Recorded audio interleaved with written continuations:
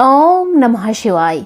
भगवान शिव के प्रिय भक्तों, सोमवार का दिन भगवान शिव को समर्पित होता है। आज के दिन भक्त भोलेनाथ को प्रसन्न करने के लिए विशेष पूजा अर्चना करते हैं।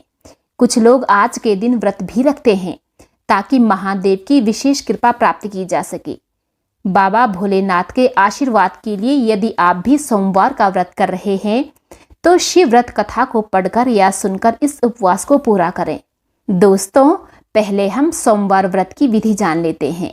नारद पुराण के अनुसार सोमवार व्रत में व्यक्ति को प्रातः स्नान करके शिव जी को जल और बेलपत्र चढ़ाना चाहिए तथा शिव गौरी की पूजा करना चाहिए।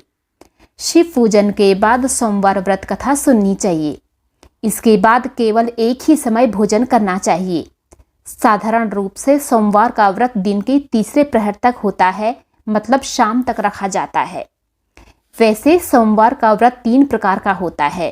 पहला प्रति सोमवार व्रत, दूसरा सौम्य प्रदोष व्रत और तीसरा 16 सोमवार का व्रत। इन सभी व्रतों के लिए एक ही विधि होती है।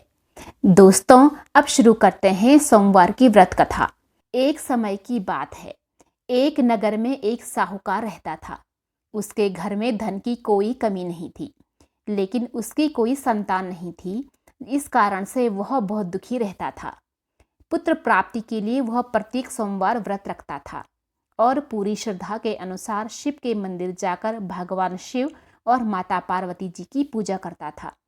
उसकी भक्ति को देखकर एक दिन मां पार्वती प्रसन्न हो गई और भगवान शिव से उस साहूकार की मनोकामना पूर्ण करने का आग्रह किया।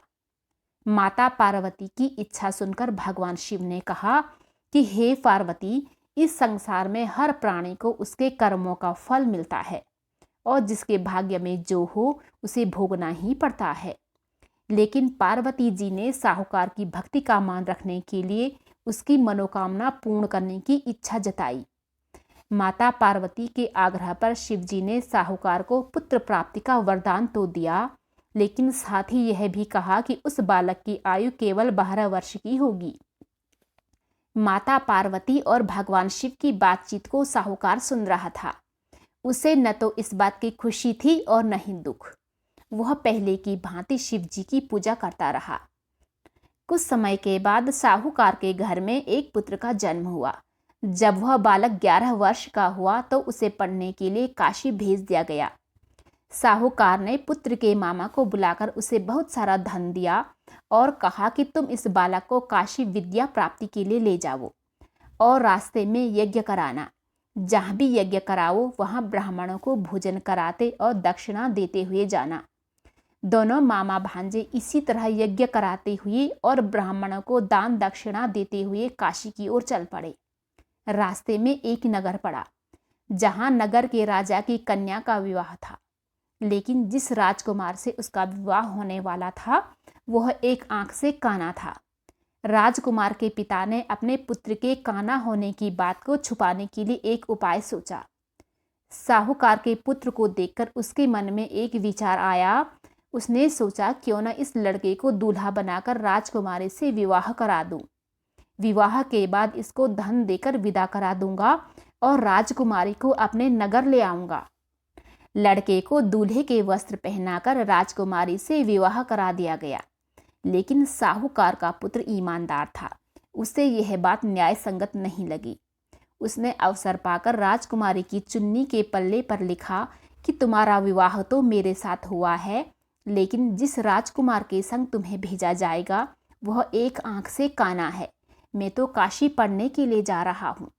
जब राजकुमारी ने चुन्नी पर लिखी बातें पढ़ी तो उसने अपने माता पिता को यह बात बताई। राजा ने अपनी पुत्री को विदा नहीं किया, जिससे बारात वापस चली गई। दूसरी ओर साहूकार का लड़का और उसका मामा काशी पहुंचे और वहां जाकर उन्होंने यज्ञ किया। जिस दिन लड़के की आयु 12 साल की हुई उसी दिन यज्ञ रखा गया था। लड़के ने अपने मामा से कहा कि मेरी तबीयत ठीक नहीं है। मामा ने कहा कि तुम अंदर जाकर सो जाओ। शिवजी के वरदान के अनुसार कुछ ही देर में उस बालक के प्राण निकल गए। मृत भांजे को देखकर उसके मामा ने विलाप शुरू किया। संयोगवश उस समय शिवजी और माता पार्वती उधर से जा रहे थे।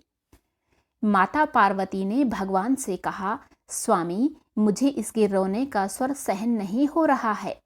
आप इस व्यक्ति के कष्ट को अवश्य दूर करें।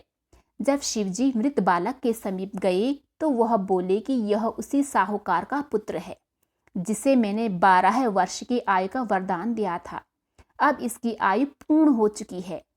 लेकिन मातृभाव से विभोर माता पार्वती ने कहा कि हे महादेव, आप इस बालक को और आयु देने की कृपा करें, अन्यथा इसके वियोग में इसके माता पिता भी तड़प तड़प कर मर जाएंगे।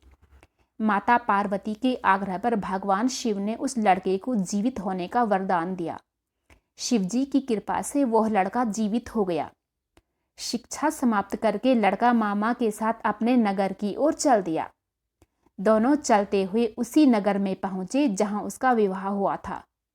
उस नगर में भी उन्होंने यज्ञ का आयोजन किया। उस लड़के के ससुर ने उसे पहचान लिया और महल में ले जाकर उसकी खातिरदारी की और अपनी पुत्री को उसके साथ विदा किया। इधर साहूकार और उसकी पत्नी भूखे प्यासे रहकर बेटे की प्रतीक्षा कर रहे थे। उन्होंने प्रण कर रखा था कि यदि उन्हें अपने बेटे की मृत्यु का समाचार मिला तो वह भी प्राण त्याग देंगे। परंतु अपने बेटे के जीवित होने का समाचार पाकर वे बेहद प्रसन्न हुए।